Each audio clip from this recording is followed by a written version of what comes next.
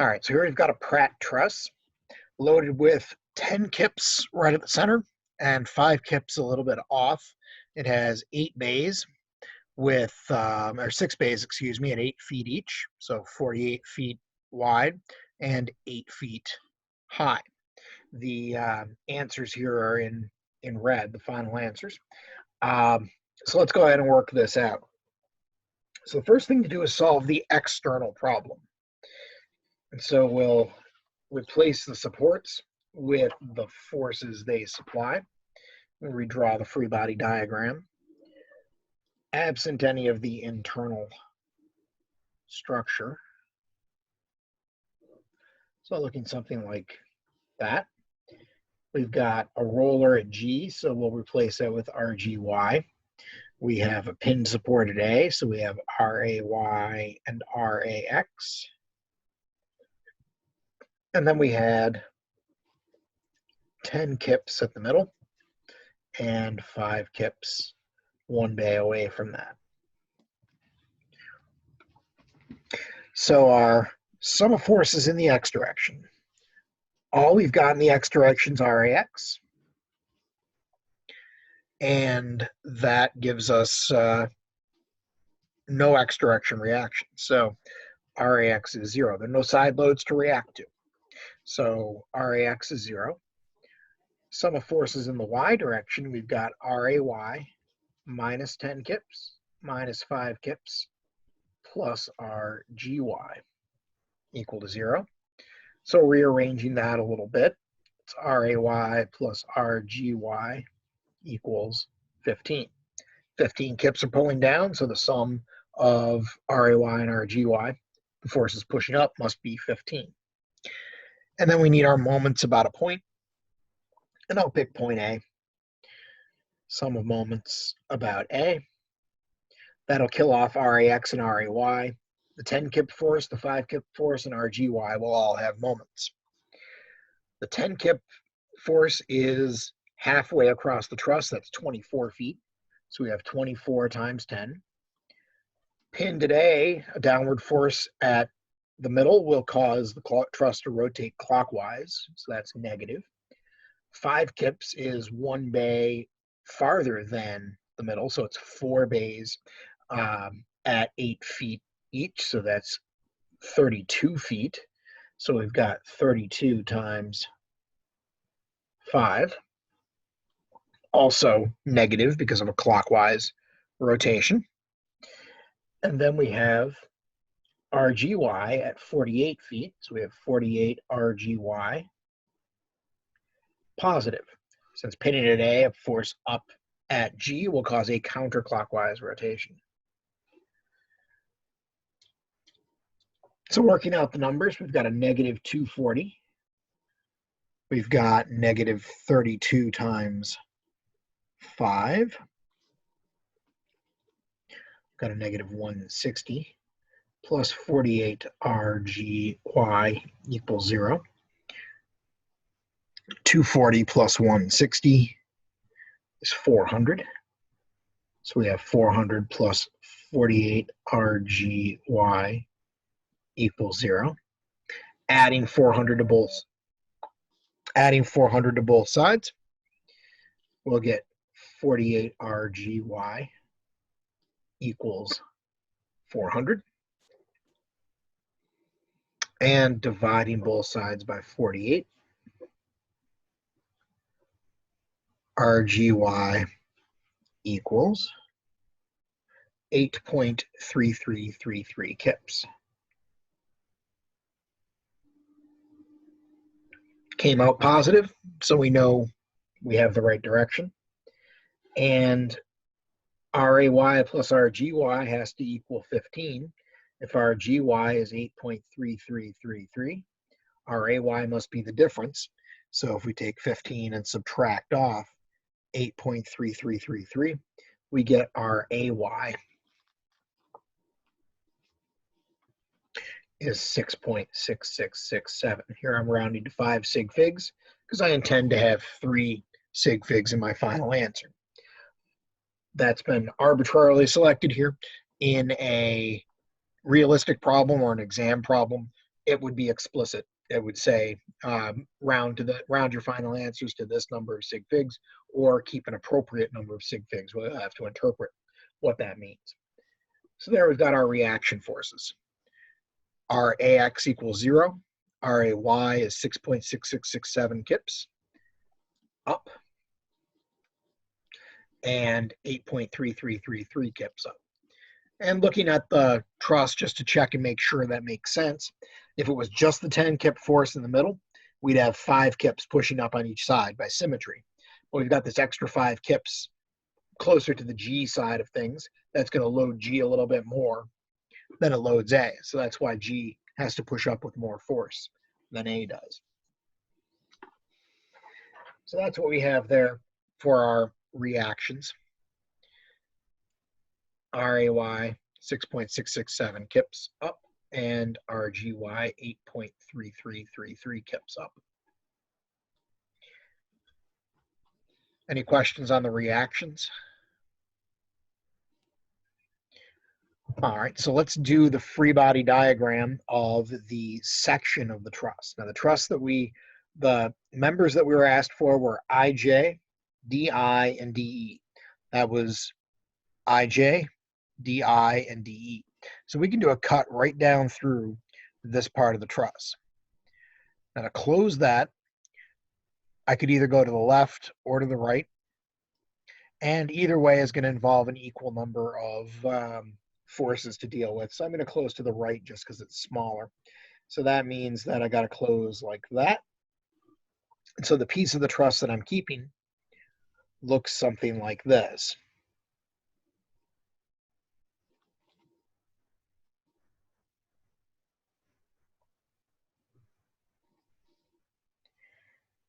So here I've got a piece there, I've got a piece there, and a piece there. So everything that's contained inside my bubble looks something like that.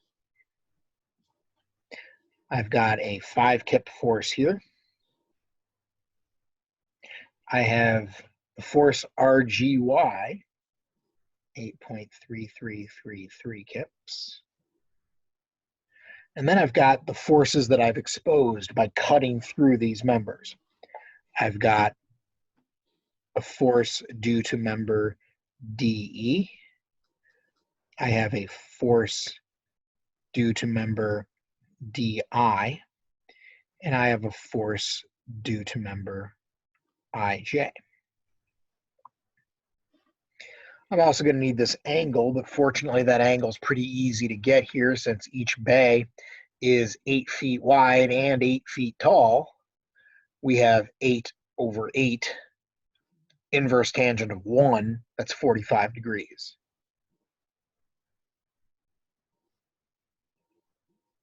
So there's the free body diagram of the section of the truss with our 3 exposed forces.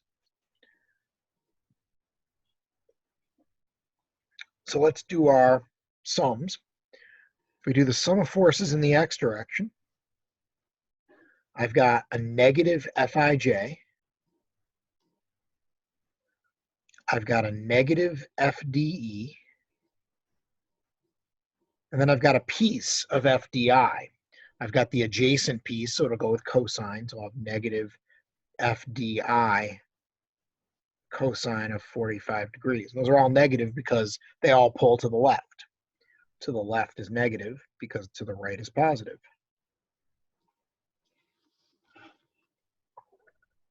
So that's our x direction equation. The y direction equation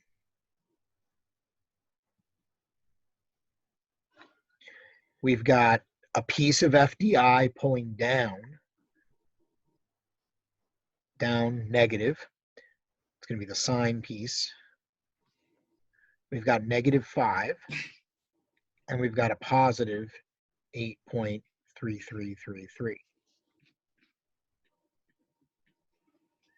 And that's got to be equal to 0.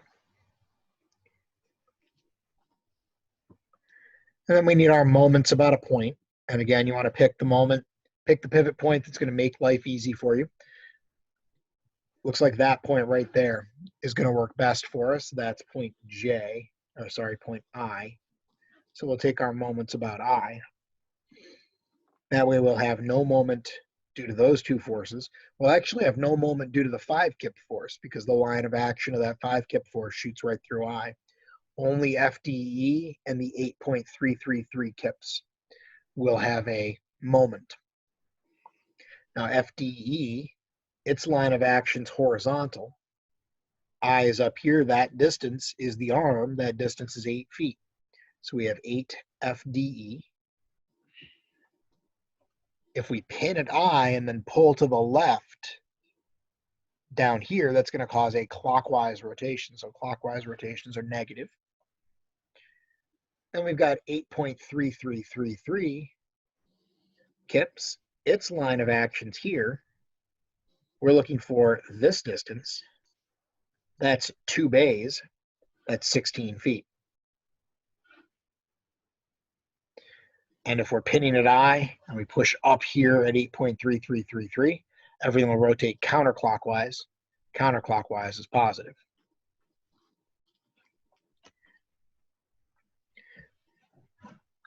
So there we have our equations of equilibrium. Anyone have any questions on those three? All right, so let's solve the moment equation. I think what I'd do first here is multiply that out and get 16 times 8.3333. That gives me 133.333.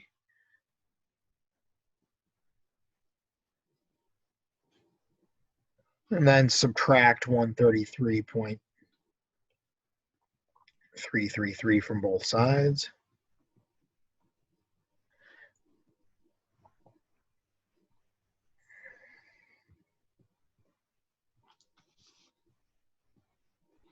And then divide both sides by -8. Don't forget that negative. And if we do that, FDE comes out to be a positive 16.667 kips. Now it came out positive. That means our assumed direction was correct. The assumed direction here was that the rest of the truss is pulling on member DE, putting member DE into tension. Our assumption was right because we got a positive value. So member DE carries a load of 16.667 kips in tension. For the y direction equation, first we could combine these two numbers together and get a positive 3.3333 minus FDI sine of 45. Then if we subtract 3.333 from both sides, we get minus FDI sine of 45 equals negative 3.3333. Divide both sides here by the negative sine of 45 because you want to get rid of that negative and the sine of 45. So we get positive FDI equals 3.3333 negative divided by the sine of 45. That's 4.714.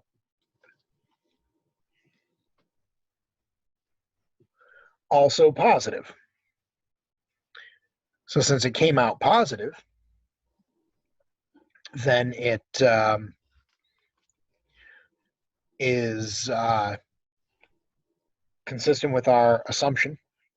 So we've got our assumed direction correct.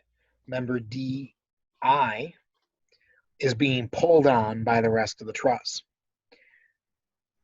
So member DI is in tension. So member DI carries 4.7140 kips in tension. Now for our last member IJ, we have to go to our equation here. We have negative Fij minus FDE, which was positive 16.667, minus FDI, 4.7140, cosine of 45 degrees.